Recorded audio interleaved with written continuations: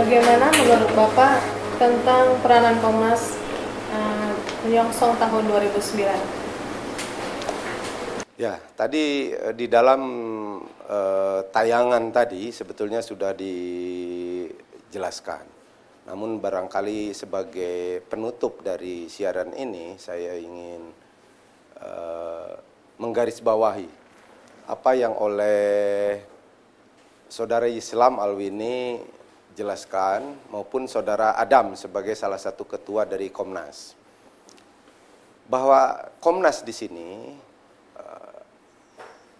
berperan ya merencanakan untuk atau mendukung adanya amandemen terhadap pasal 6A ayat 2. Di mana bukan saja dari calon presiden itu dari parpol, juga harus ada calon dari perseorangan itu.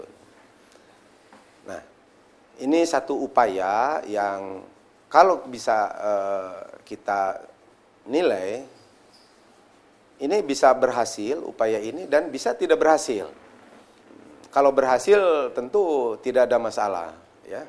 Karena memang saya sendiri sependapat kalau pasal 6A ayat 2 ini harus diamandemen karena kelihatannya juga ada bertentangan dengan pasal-pasal lainnya gitu. Yang ini tentunya orang ahli hukumnya yang sangat paham di sini, dan itu adalah urusan MPR ya. Manakala upaya ini tidak berhasil, ini bagaimana? Sebetulnya sudah saya jelaskan pada saat wawancara tadi, kita tetap melaksanakan sosialisasi, memilih presiden yang lebih dekat dengan cita-cita Komnas, ya, dengan cita-cita independen, ya, bukan untuk menjadi pemain yang sebut saja yang dalam tanda kutip sekarang ini golput gitu ya. Nah, Komnas ke depan sebetulnya tadi Saudara Ketua 1, Saudara Adam sudah katakan nanti Komnas juga punya garapan yaitu mengenai masalah pilkada. Nah, pilkada di beberapa daerah yang sementara ini Saudara Islam tadi katakan menghimbau bahwa manakala tidak bertabrakan dengan atau mengganggu jalannya proses pemilu presiden, itu bisa-bisa saja untuk daerah-daerah tertentu masih terus berjalan tentang pilkadanya di daerah tersebut.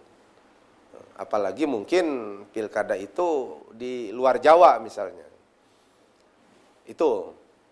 Namun demikian, bukan cuma sekedar demikian, sekedar hal tersebut.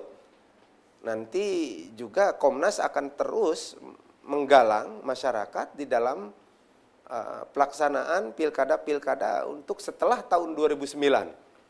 Yaitu yang jelas untuk pilkada gubernur, pilkada bupati maupun pilkada wali kota. Saudara sekalian, saya kira di sini pilkada gubernur belum pernah ada di Indonesia ini yang muncul dari calon perseorangan.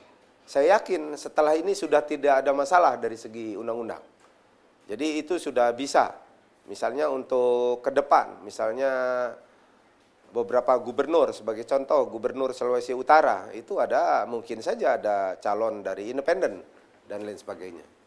Ya, jadi singkatnya, Komnas ke depan itu akan terus eksis, baik dalam rangka sosialisasi mengenai masalah independen, maupun persiapan sosialisasi mengenai masalah pilkada-pilkada yang akan segera dilaksanakan setelah Pilpres tersebut. Demikian. Bagaimana hubungan antara ACI dan Komnas dalam kaitan masalah independen? Baik. Terima kasih.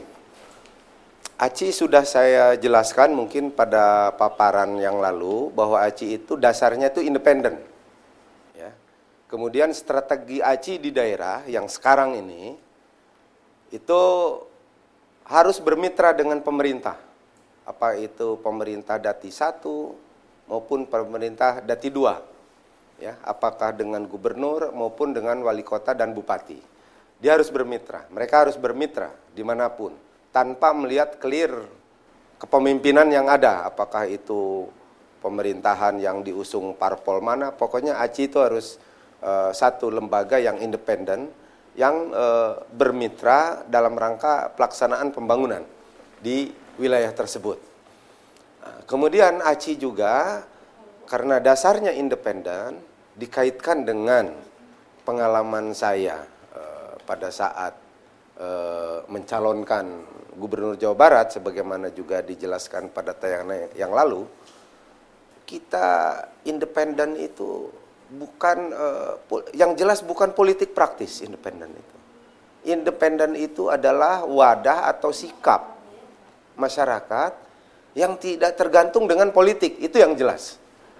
Tapi dalam pembangunan demokrasi di Indonesia, itu independen sama. Ya, mungkin lebih dominan gitu, bisa saja. Seorang aktivis independen bisa dominan. Nah, dengan demikian, ACI melihat bahwa Komnas independen ini perlu didukung oleh ACI. Yang kebetulan Komnas independen meminta saya untuk duduk sebagai ketua Dewan Pembina. Ya, jadi karena saya melihat ini adalah pembangunan demokrasi di Indonesia itu baru akan tuntas manakala ada wilayah independen. Saya setuju dengan statement saudara HB Hamnafi bahwa di dunia ini independen ada di mana-mana, ya. Di Indonesia kenapa tidak gitu loh? Apalagi independen di Indonesia udah jelas sangat sahih. Dasarnya adalah dasar pengawal Undang-Undang Dasar 1945. Ya. ACI juga ingin melaksanakan kesejahteraan rakyat. Dengan kata lain bahwa apabila Komnas misalnya sebagai contoh di satu daerah, sebut saja Kabupaten Garut yang sekarang bupatinya itu kabarnya sudah menang dari calon independen. Itu akibat perjuangan Komnas.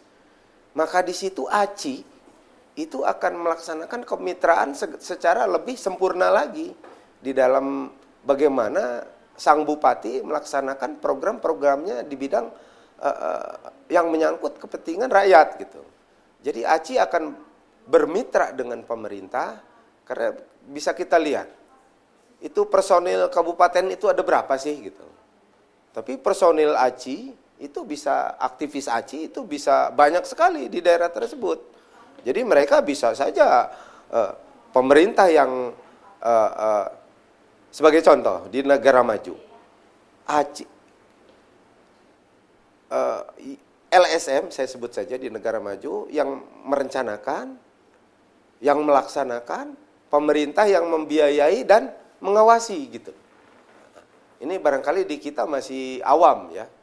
Tapi ACI nanti di sini juga dengan berbagai programnya bisa saja tanpa juga tergantung dari pembiayaan pemerintah setempat. Bisa ACI juga join melaksanakan pembiayaan bersama-sama pemerintah. Bahkan bisa melaksanakan pembiayaan secara sepenuhnya. Namun dalam rangka pelaksanaan program bupati atau wali kota setempat. Kira-kira demikian. Demikianlah pemirsa sekelumit tayangan tentang ACI dan independen dengan harapan mudah-mudahan dapat membawa angin segar bagi demokrasi di Indonesia. Terima kasih.